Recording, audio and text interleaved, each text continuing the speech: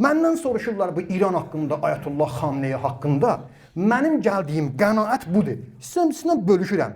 Əgər səhv desəm, siz deyin ki, qardaş səhvdir. Sizi dinləyirəm. Görün nə deyir. Baxın, mənim gəldiyim qənaət bundan ibarətdir ki, Ayətullah Seyyid Əli Xamneyi, Seyyid Peyğəmbər balası, Seyyiddir. Hörmətimiz var öz yerində. O qədər Seyyidlər var.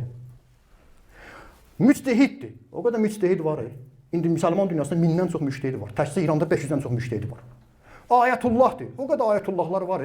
Hələ bəzən də ingilisə xidmət edirlər. Başqalarına qulluq edirlər. Ayətullah Xamneyi İslam dünyasında rəhbərdir. Bunlar hamısı öz yerində. Amma mənim üçün, baxın, mənim düşündüyüm budur.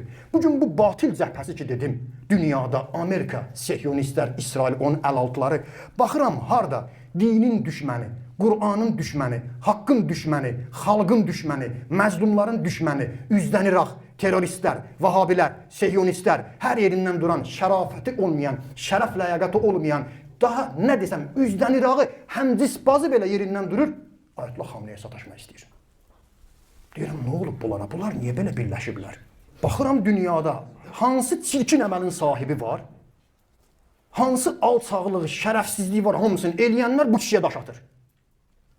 Fələstində 60 mindən çox insanı, 20 min körpəni öldürən buna daş atır.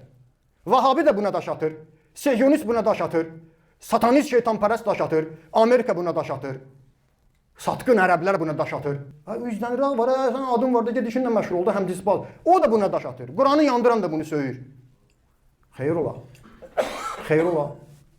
Bugün kim bu yolda bu kişiyə qarşı bir iş görürsə, biləsiniz, mən dəlil və subutumu gətirdim.